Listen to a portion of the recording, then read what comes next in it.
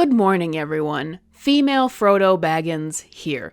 And today we are going to have a bit of a rant because I have been doing this a long time, long enough to know that this happens every year.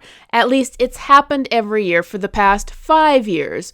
Movies will come out at the summer box office, they won't do as well as Hollywood would have wanted, and then they leave theaters with a dry space between August to December or November, essentially, with absolutely nothing, to the point where it looks like the entire industry is going to die, and then the whiner articles come out. Summer box office 2025, clobbered by kryptonite, domestic revenue barely matches last year. And you will see several articles like this, and they all say the same things every year. They whine and they list all of the movies that have underperformed, and this year it was the case of things like Mission Impossible, Dead Reckoning Part 2, and Fantastic Four, and the like. They list those films that have failed, they bemoan how far the industry has fallen, and they blame COVID. Each time, in every year since COVID, they blame that COVID is the reason for why people were broken of their movie-going and that many of them may not come back. As one person says in this article, the sheer number of people going to the cinema may never equal pre-COVID times, said David Croyes. It's not as mass a market anymore. I'm very, very nervous for the future, says one top studio executive. There are all these studios and companies making movies. I don't think there is enough of an audience for them. Now, I've been covering this for far longer than 5 years, but I've seen this particular article come out for half a decade now, and I just have to say this. Shut up. Shut up. I've been giving you guys the exact same reasons for why people aren't going to see movies in the theater anymore, and you won't listen to them. You won't listen to anyone, in fact. It is not because of COVID. That narrative was blown apart years ago when Spider-Man No Way Home came out and made over $2 billion at the box office. People forget, at that point in time, people were saying that people would never return to a movie theater again to make those numbers. They just weren't going to return. They were just going to watch streaming forever. And they turned out to make Spider-Man No Way Home a $2 billion movie. And then, 6 or 7 months later, Top Gun Maverick came out and made over $1 billion, and it was a huge sensation. So you can still get billion-dollar movies at the box office, and you could get them more consistently again. The COVID did not damage people going to theaters to go see movies that they actually wanted to see. But I'll tell you this. If COVID did not happen, Hollywood would still be in this same place. It would still be in this same place now. Why? Because without COVID, Jennifer Lee would have still been in charge of Disney Animation. She was put in charge in 2018. She would have still come out with movies like Raya and the Last Dragon and Strange World and Wish that pushed all this garbage into theaters and damaged the Disney Animation brand. The same thing would have happened with Pixar because in 2018 they went through their overhaul of the people who were going to be working on these films and changed their entire approach to them, which turned people off. Turning Red, I know some people praise that movie. It's fine. You can have your opinion. But undeniably, Turning Red damaged the reputation of Pixar. Why? Because Disney Animation and Pixar up to that point was the safe and non-challenging brand. And Turning Red turned it into the challenging movie and started to create divisiveness within parents. All of that would have happened. Elia would have happened. All of this would have happened without COVID. You would have still had, this happened before COVID, Kathleen Kennedy destroying the Star Wars brand. You guys already in the 2010s made yourself dependent on these brands because you saw how much money they were making, and it was already in the works to destroy them all. Endgame was always going to be the end of Marvel because Kevin Feige still, all of these plans that he and all of the people working with him had in place to abandon the comics, as Nate Moore said, to do these Disney Plus shows like Falcon and Winter Soldier and the approach it took. You have to stop calling them terrorists. And She-Hulk and all of that, it was all in place before COVID. It was all being planned to happen before then. COVID just gives you a convenient excuse as to why people don't go to theaters anymore. Really, let's look at the output of movies just this year. And I'm sorry to repeat myself, but these articles are repeating themselves. Snow White. I'm sure you must have gotten it through your heads that people weren't interested in the direction of that movie. I just mean that it's no longer 1937, and we absolutely wrote a Snow White. You must have gotten that in your head with Brave New World too. And don't you think that those things and all of these movies that have been released have damaged your brand, so that even as you make incremental changes, that trust has been lost? Trust has been completely lost for all of the sludge that you've been pushing out for years now? Guys, I will not let them escape and fall over to these excuses, because some people will say, well, I don't like going to the theater because I people on their phones, XYZ. No. I'm going to tell you exactly why people don't like going to the theaters anymore. There is nothing to watch. There is nothing worthwhile to watch. I know many people in real life who would go if there was something that they were interested in, but there has been nothing. There's nothing that resonates with people. There's nothing that interests people, because let me tell you, when people see a good movie at the theater experience enhances a good movie, but it also enhances the experience of bad movies. The reason why people want to wait for streaming is because the movies aren't worthwhile to see for paying all that money. It's not worthwhile. It doesn't feel like a worthwhile experience because they're not good enough. When you say, I'll wait for streaming, that means you don't know if the movie will be good, or you don't think it's going to be good. You don't think it's going to be worthwhile. But streaming for Hollywood in and of itself isn't doing that well. Disney Plus had to admit failure. Tony Gilroy said that the money is not there anymore. That is why they are wrapping Hulu into Disney Plus, because Disney Plus has failed and now they have to make Hulu a part of it. Streaming is not doing that well for Hollywood either, except maybe if you're Netflix. And the reason is the same thing. The quality is garbage. There is nothing that resonates with people. Look at how they have sometimes these lines that they have in movies and the way people talk. Who's this? Oh, they're just my friends. Now, is that a he or a she or a they? It's not that hard. They, them. Okay, I just want to be polite. My problem with this is that people do not talk like this in real life. They don't act like this. When I see movies, modern day movies at the theater, they just don't act like anyone I see in real life acts. When I watch movies from the past, it's like, yes, this is actually feels authentic to real life. There was a weird line in the Freakier Friday remake about how go upstairs and braid your hair in a non-cultural appropriating way. Like, nobody talks like that. Watch the original and it is an authentic portrayal of how people are in real life. These articles whine and cry about how they've lost the international box office. You know why the international box office has been lost? Because it's sludge. It's absolutely sludge coming to America that you are shoving over there. People from foreign countries watch movies made in their homeland because they actually reflect them. They actually resonate with them. When I watched Godzilla -1 a few years ago, 3 years, 2 years, however long it was, what was refreshing to me about how that movie was portrayed was how the main characters were portrayed. How this main character, who's very flawed, is actually portrayed like an actual man for once. I can only get that from foreign films much of the time these days, because American movies don't allow characters to be portrayed like that. They have to mold them into their own ways. They have to make sure that they are the correct representations of how things should be in real life.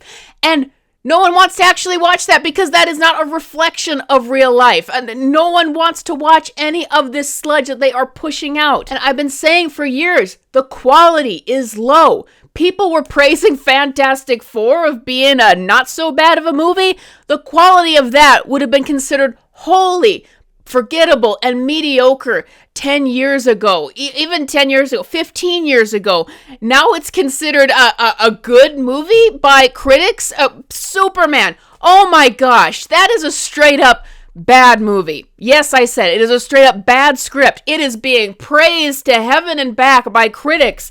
And it's like your standards have gotten so low and you're trying to spin this $600 million movie as this massive success because you have to convince people that you actually are making successful movies. You are making the things that people want to see. You're not even noting just how low ticket sales has become, because actually most people didn't care enough to even go see it, but they're lowering their standards even more because they need to pretend that these are successes. They need to pretend that the quality is still there, when it is not. That's what scares me, when people have to police you about calling out the quality of these movies and that you have to praise them and you better not be so negative. Like, this is the future. Fewer and fewer people are wanting to go see these movies because they are worse in quality. They are not good experiences. Fantastic Four has no character development. It is a boring film. It is a completely mediocre film. No one is going to go back and forth watching that. So let's not pretend. If you actually care about movies and theaters, let's not pretend that something is so much better when it's not, when there could be a standard that we reach again. Jaws, I just saw it yesterday. It re-released for like the 50th time on its 50th anniversary. It still does well for a re-release when they re-release it at the theater because it's an actual worthwhile experience to watch in theaters. They don't make movies like that anymore. They don't have the directors with the capabilities necessarily of making movies like that anymore. But with none of these successes that they've had post-COVID have they taken any kind of lesson from that. Top Gun Maverick should have been a huge lesson for Hollywood, for what people want in filmmaking and what people want in characters. The only movie that tried to capitalize that on at all was a movie made by the same director for F1 this year, which, by the way, has grossed more than Superman because people like that style and it works.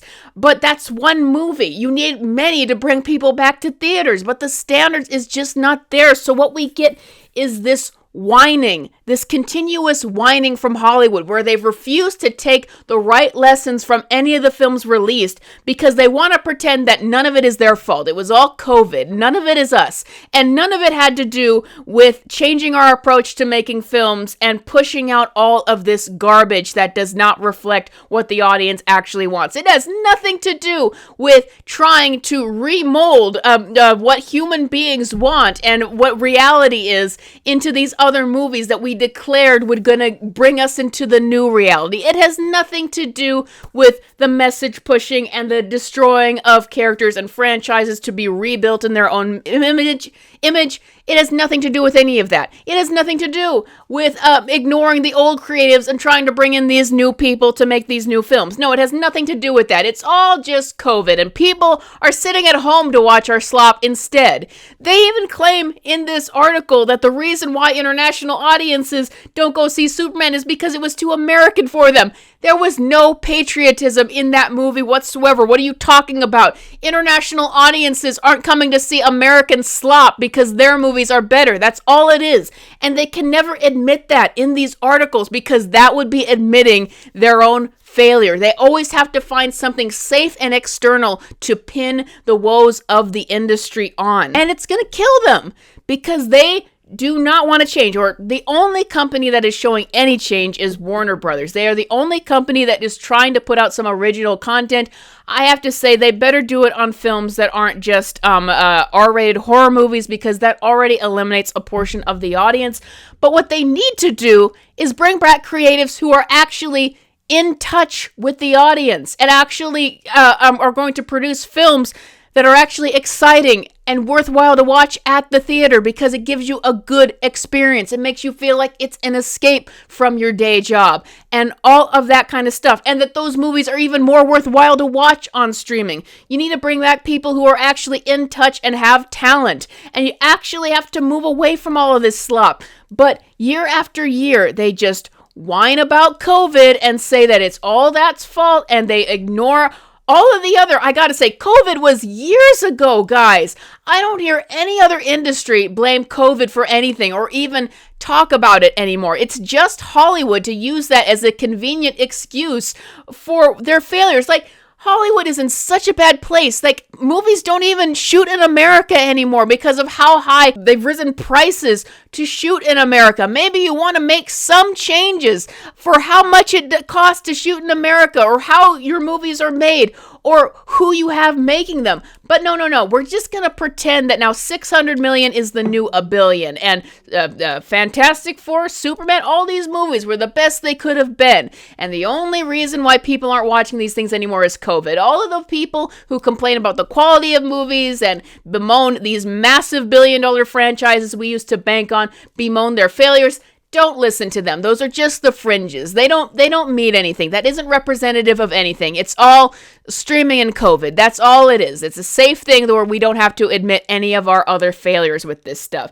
even though all of this stuff would have still existed with or without COVID. And so we're in another dry spell of like 3 or 4 months where there's barely anything to talk about in terms of Hollywood because they've put out nothing. It's like they're rolling over and playing dead with their failures and just letting it all sink into the ground. This entire medium is sinking into the ground because it's gatekept and run by a lot of idiots who don't actually care about it at all.